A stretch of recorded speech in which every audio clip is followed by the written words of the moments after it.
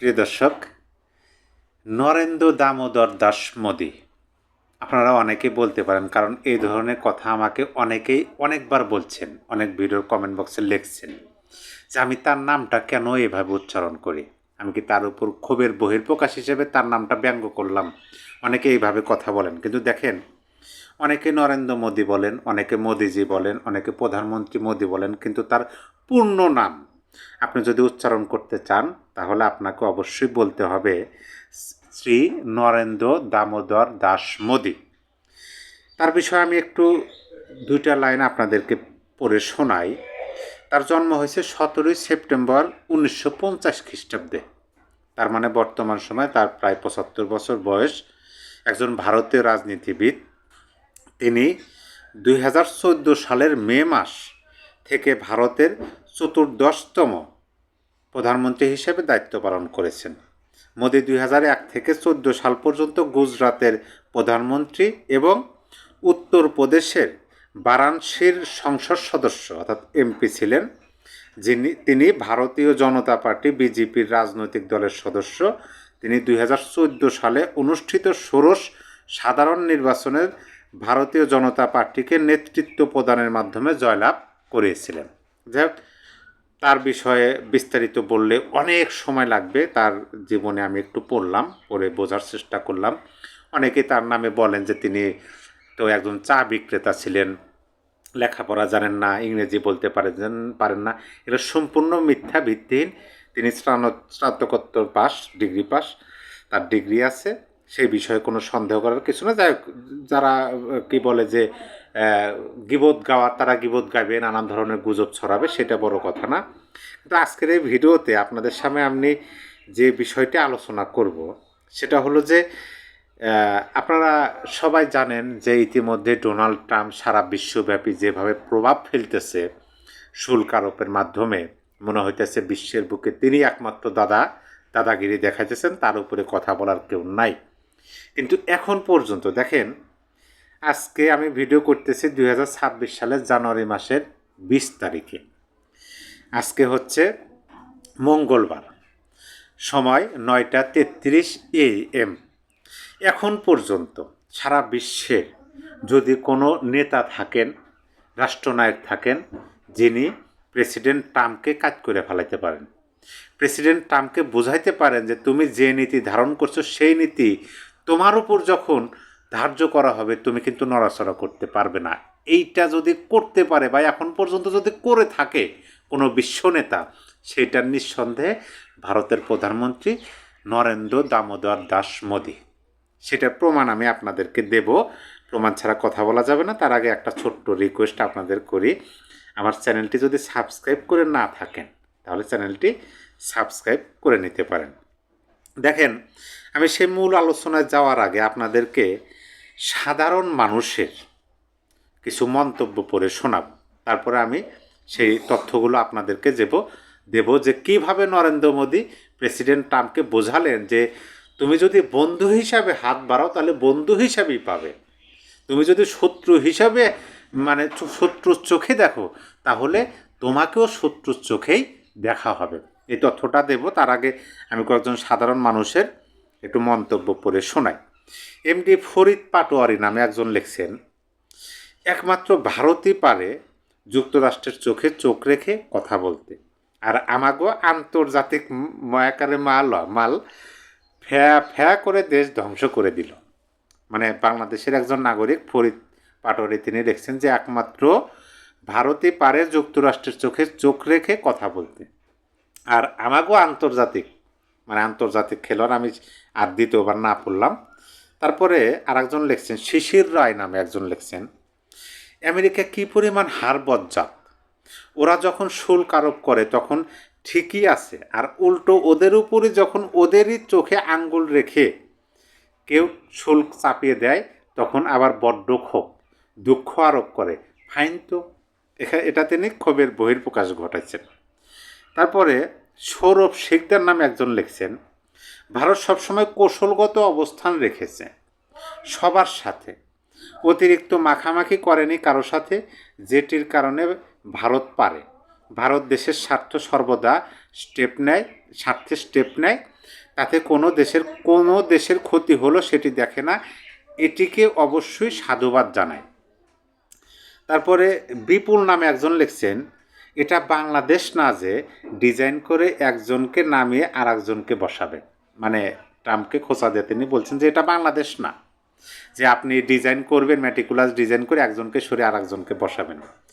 পলাশ নামে একজন লিখছেন, ভারত পৃথিবীর চতুর্থ শক্তিধর দেশ, ভারতের ভোক্তাও অনেক বড় বাজার, এখানে ব্যবসা করতে হলে সমীহ করে করতে হবে, বেশি লাফালাফি করলে ঝামেলা বাড়বে। যাই হোক, এই যে মন্তব্য কয়টা আপনাদেরকে পড়ে শোনালাম, অবশ্যই আপনারা বলতে পারেন যে কোন প্রেক্ষাপটে এই মন্তব্যগুলো সাধারণ মানুষ করছে। এখন সেই প্রেক্ষাপটটা আপনাদেরকে বলি। আপনারা ইতিমধ্যে অবগত আছেন যে প্রেসিডেন্ট ট্রাম্প অর্থাৎ যুক্তরাষ্ট্রের প্রেসিডেন্ট ভারতের উপর 50% শুল্ক আরোপ করছে এবং কি হুমকি দিয়েও রাখছে যে তোমরা যদি আমাদের থেকে তেল না কেনো, তোমরা যদি রাশিয়া থেকে তেল কেনো, তাহলে তোমাদেরকে সেই 50-এর পর আর একটা শূন্য যোগ করা হবে, 500% তোমাদের উপর শুল্ক আরোপ করা হবে। এ ধরুন হুমকি দিচ্ছে। ট্রাম্প তো শুধু ভারতকে না, বা পৃথিবীর অনেক রাষ্ট্রকে হুমকি দিয়ে রাখছে। এখন ভারত যেটা করছে দেখেন, এটা নিয়ে কিন্তু কোনো প্রচার হয়নি, এটা নিয়ে কিন্তু কোনো আপনার সেই একবারে ঢালাওভাবে প্রচার যে হ্যাঁ দেখো আমরা দেখিয়ে দিলাম ভারত যুক্তরাষ্ট্রকে এইটা করলাম সেটা করলাম, না, চুপে চুপে ভারত এইটা করে ফেলাইছে। কবে করছে? গত বছরের 30শে অক্টোবর। দেখেন, নভেম্বর গেছে, ডিসেম্বর গেছে, জানুয়ারি এখন প্রকাশ হইতেছে। 30শে অক্টোবর ভারত এটা কার্যকর করছে। আমি নিউজটা আপনাদেরকে একটু পড়ে শোনাই। দেখেন, শিরোনামটা হলো ভারতের পাল্টা শুল্ক আরোপ, যুক্তরাষ্ট্রের ক্ষোভ। ভারত পাল্টা শুল্ক আরোপ করছে। অনেকে আবার বলতে পারেন ভারত কীভাবে পাল্টা শুল্ক আরোপ করে। দেখেন, যুক্তরাষ্ট্র ভারত থেকে পণ্য আমদানি করে, অর্থাৎ ভারত যুক্তরাষ্ট্রে পণ্য রপ্তানি করে 87.5 বিলিয়ন মার্কিন ডলারের। আর যুক্তরাষ্ট্র থেকে ভারত পণ্য আমদানি করে কত জানেন? 120 বিলিয়ন মার্কিন ডলার। ভাবুন তাহলে কারা বেশি রপ্তানি করে আর কারা বেশি আমদানি করে।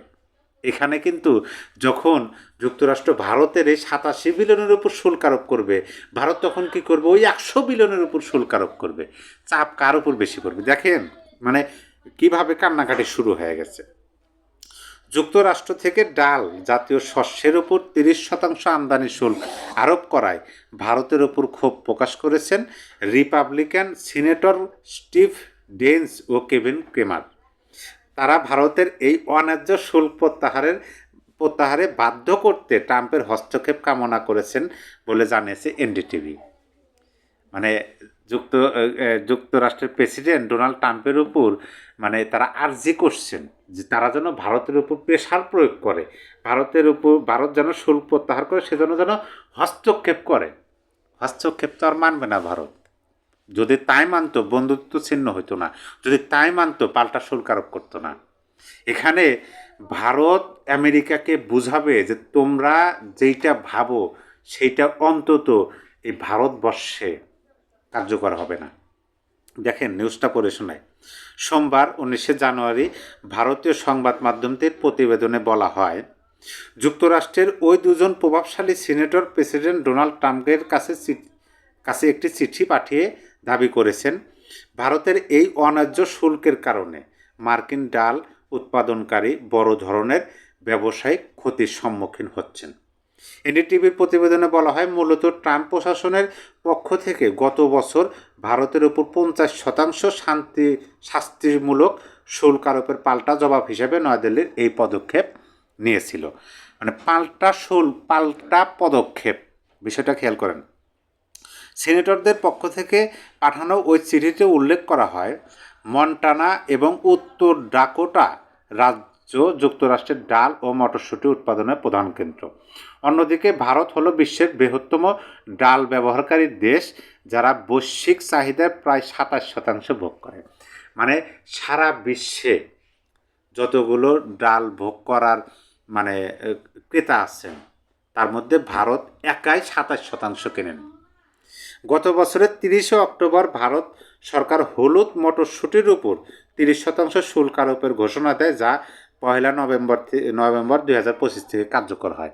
নভেম্বর ডিসেম্বর 2 মাস ধরে কার্যকর। এখন যখন তারা দেখতেছে যে না, সম্ভব না, এখন এই যে ভারতের বিশাল একটা বাজার, এই বাজার যখন যুক্তরাষ্ট্রের ব্যবসায়ীরা ডাল, এই যে মটরশুঁটি রপ্তানি করতে পারবে না, তাদের বেশি শুল্ক দেওয়া লাগবে, তখন অন্য দেশে বাজারটা ধরে নেবে।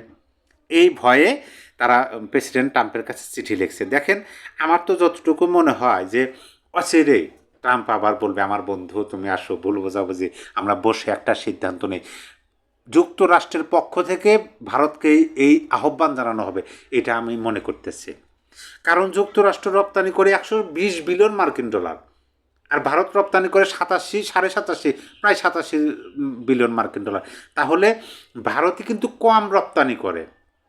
তুমি 50%, 500% দিবে দেও, ধীরে ধীরে এমন কিছু প্রোডাক্টের উপর ভারত শুল্ক আরোপ করবে যে প্রেসিডেন্ট ট্রাম্পের কোনো উপায় নাই, ভারতের সাথে অর্থাৎ মোদির সাথে বসতেই হবে তাকে। এখানে কিন্তু ট্রাম্প বাধ্য করতে পারতেছে না মোদিকে, মোদি বাধ্য করতে পারবে ট্রাম্পকে, যায় আমরা এক টেবিলে বসি। তাছাড়া দেখেন, আমি প্রথমে আপনাদেরকে বললাম যে বিশ্বের বুকে এখন পর্যন্ত কোনো রাষ্ট্রনায়ক যদি এরকমভাবে খেলা দেখাইতে পারে ট্রাম্পকে, সেটা মোদি দেখাইল। সেজন্য আমি আপনাদেরকে বলি, দেখেন আমাদের পার্শ্ববর্তী রাষ্ট্র আমরা ছোট করে দেখতে পারি, আমরা হেয় করতে পারি যে হ্যাঁ তার তো লেখাপড়া নেই, যেটা আমি প্রথমে বললাম, তিনি স্নাতকোত্তর পাস, তার ডিগ্রি আছে, তিনি বিশ্ববিদ্যালয় থেকে বের হওয়া মানে একজন মানুষ, তারপরে তিনি আধ্যাত্মিক একজন মানুষ, তারপর সফল রাষ্ট্রনায়ক। ভারত তো গণতান্ত্রিক রাষ্ট্র, এখানে কোনো দ্বিধাদ্বন্দ্ব নাই। তিনি জনগণের ভোটেই একটানা দেখেন তৃতীয়বারের মতো প্রধানমন্ত্রীর দায়িত্ব পালন করতেছেন। একটা রাজ্যের মুখ্যমন্ত্রী থেকে পুরা দেশের একটা রাজনৈতিক দলের নেতৃত্ব দিয়ে সেই রাজনৈতিক দলকে বিজয়ী করা, এটা কিন্তু ছোটোখাটো মাথার কাজ না। সেটা তিনি করছেন, যার পরিপ্রেক্ষিতে তিনি প্রধানমন্ত্রী হয়েছেন। অতএব পড়শির সাথে ভালো সম্পর্ক রাখা উচিত। তারা কিন্তু চাণক্য নীতি নিয়ে চলে। আপনি এই যে দেখেন না, আমাদের বাংলাদেশের মধ্যে থেকে হুমকি ধামকি দেওয়া হয়, 7 সিস্টারতে এই করবে সে করবে, তাদের মুখ থেকে কোনো বক্তব্য শোনেন না, তারা জায়গা মতো ঠিকই প্যারাক মেরে দেবেন। এই বিষয়গুলো অনেক আগে থেকে সচেতন সাবধান করতেছি যে কে শোনে কার কথা। তবে আমার এইটা খুব ভালো লাগছে, ট্রাম্পের যে বাড়াবাড়ি, এইটাতে একমাত্র প্রতিহত করার প্রথম পদক্ষেপ হিসাবে আমি ভারতকে দেখতেছি। প্রিয় দর্শক, আপনার মূল্যবান মতামত অবশ্যই কমেন্ট বক্সে জানিয়ে দিতে পারেন। সবাই ভালো থাকবেন। আল্লাহ হাফেজ।